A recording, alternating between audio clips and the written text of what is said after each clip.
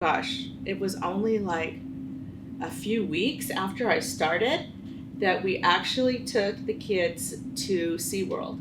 And I walked to SeaWorld. After not being Wow. able to walk from my car to the grocery store front door, I Yeah. actually, well, I mean, I had to rest now and then, but a miracle right there.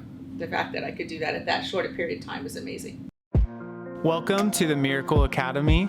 This is your host, Scotty Cooper, and this is where miracles are expected.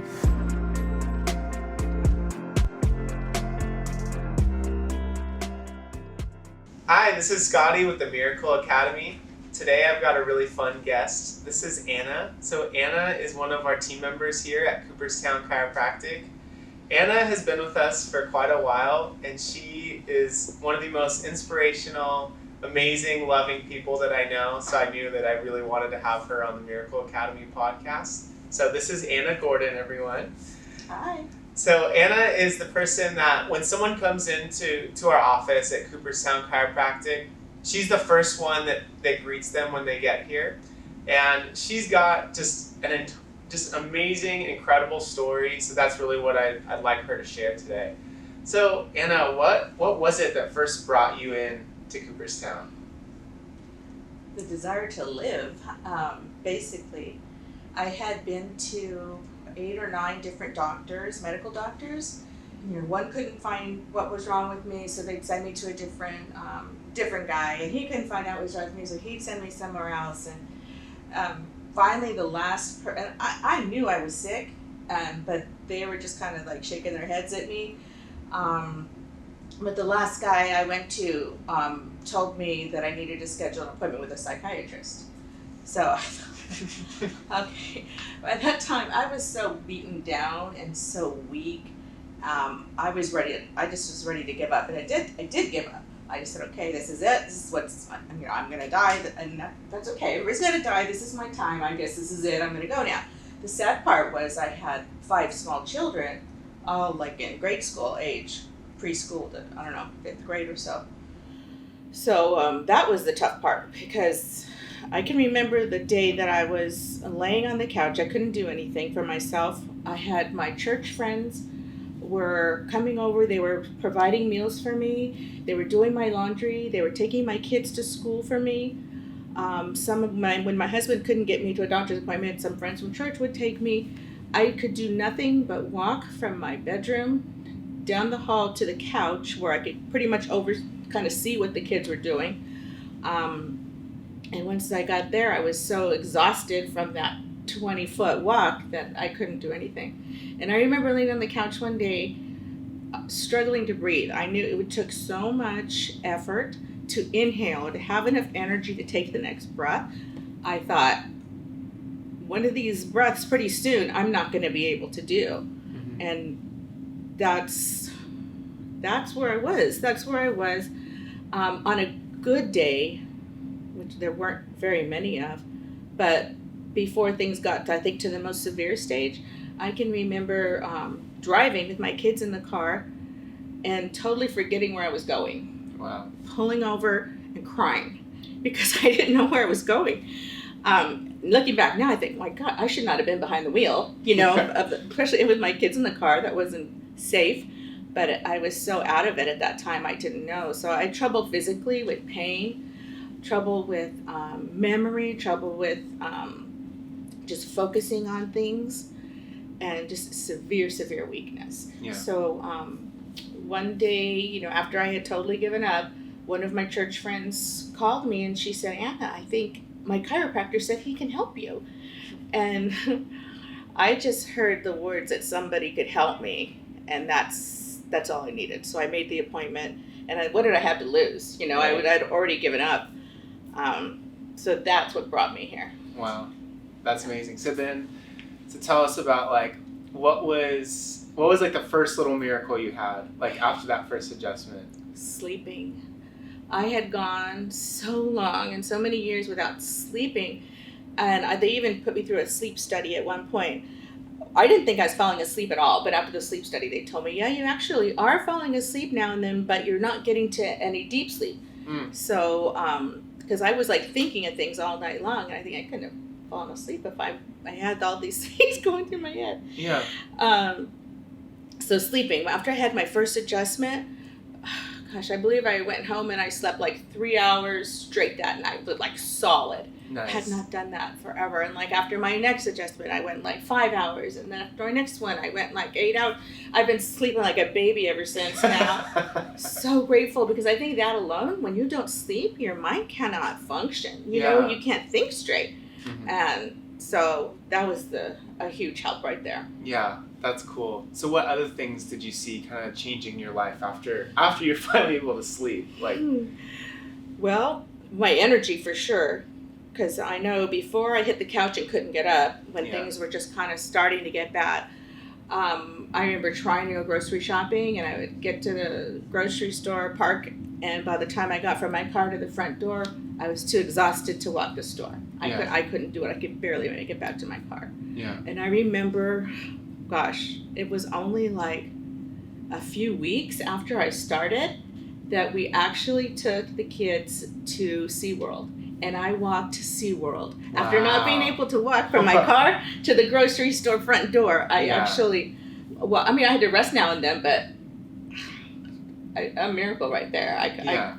The fact that I could do that at that short a period of time was amazing. That's so cool. That's awesome. Because, I mean, that's really what we want for everyone that comes in here, is to have that freedom. Mm-hmm. And, like, you don't realize when you get tired from walking to the couch that freedom means that you could go to SeaWorld with your family, and how amazing and what a blessing that is. Yeah. That's so cool. So what kind of shifted in your mind? Like, you kind of got to this point where you're like, okay, now, like, I can do all these amazing things now.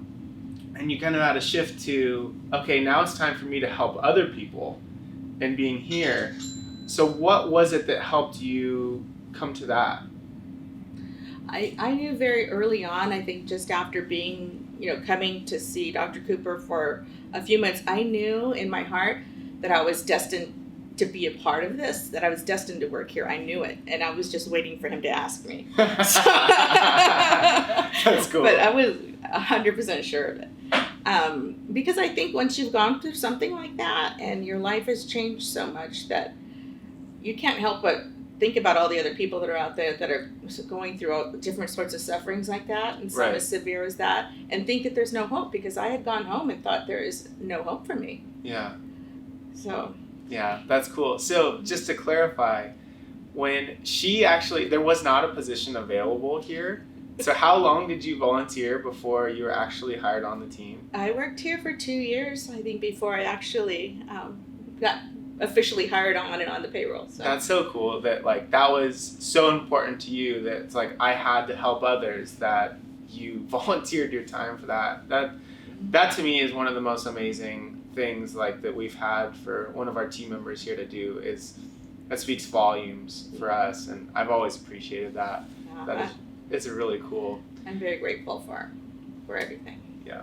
So one of the things that I really appreciate about you too is, like, when someone comes in the office with some type of crazy condition and they feel like they don't have any hope, after I do the consultation and after our doctors do the exam, I always tell them, I'm like, I need you to go talk to someone at the front. Her name's Anna. You may have met her when you walked in, but I need you to have a conversation with them.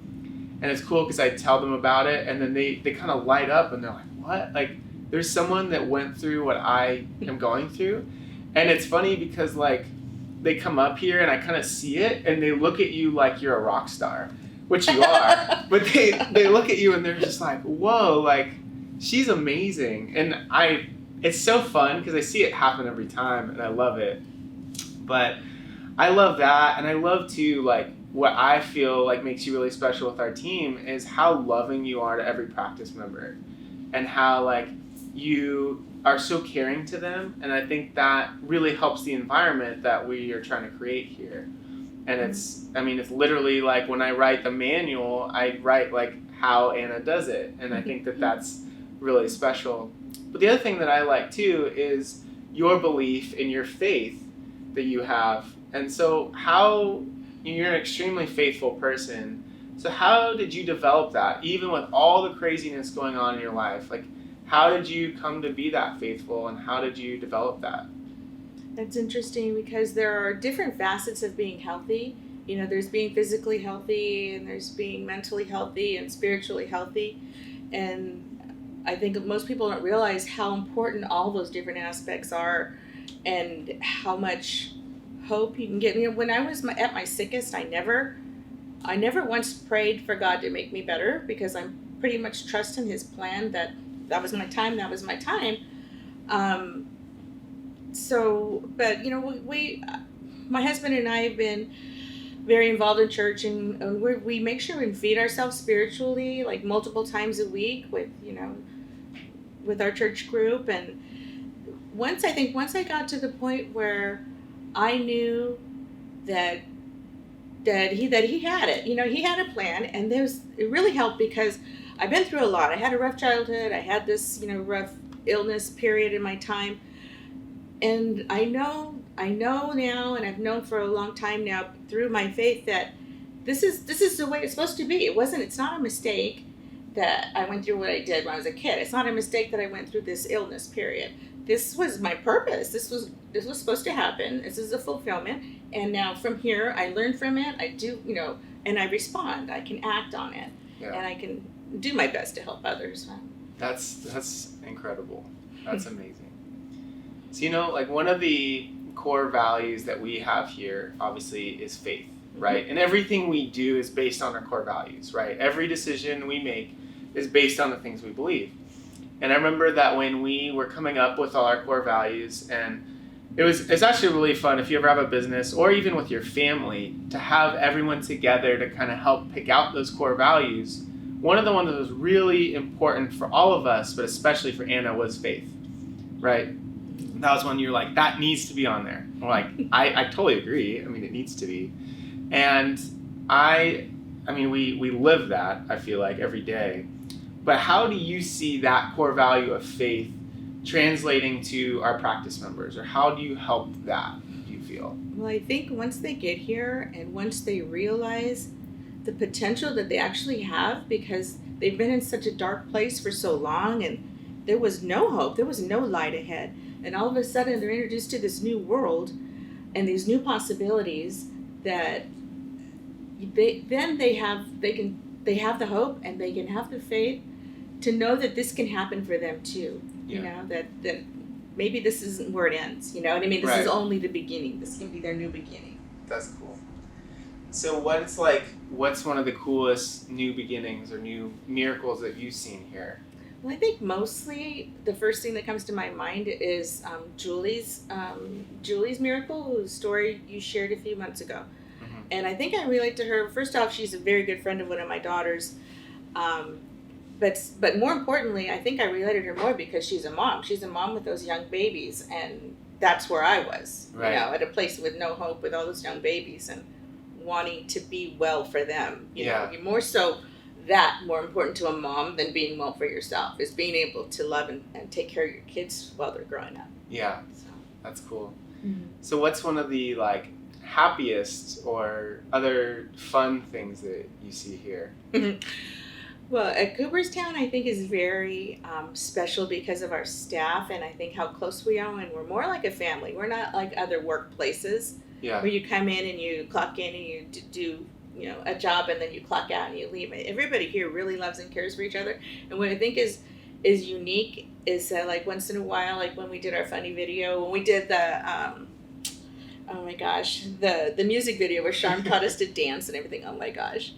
Just to have a group of people that are willing to do that and to look at the video now, it is funny, but and it's fun.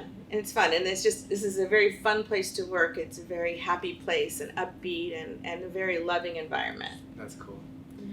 So if you had to say one thing to a person watching this that, they say they are having a hard time walking from their bedroom to the couch, and you could say one thing to that person, what would you say to them to help them get to where they need to be?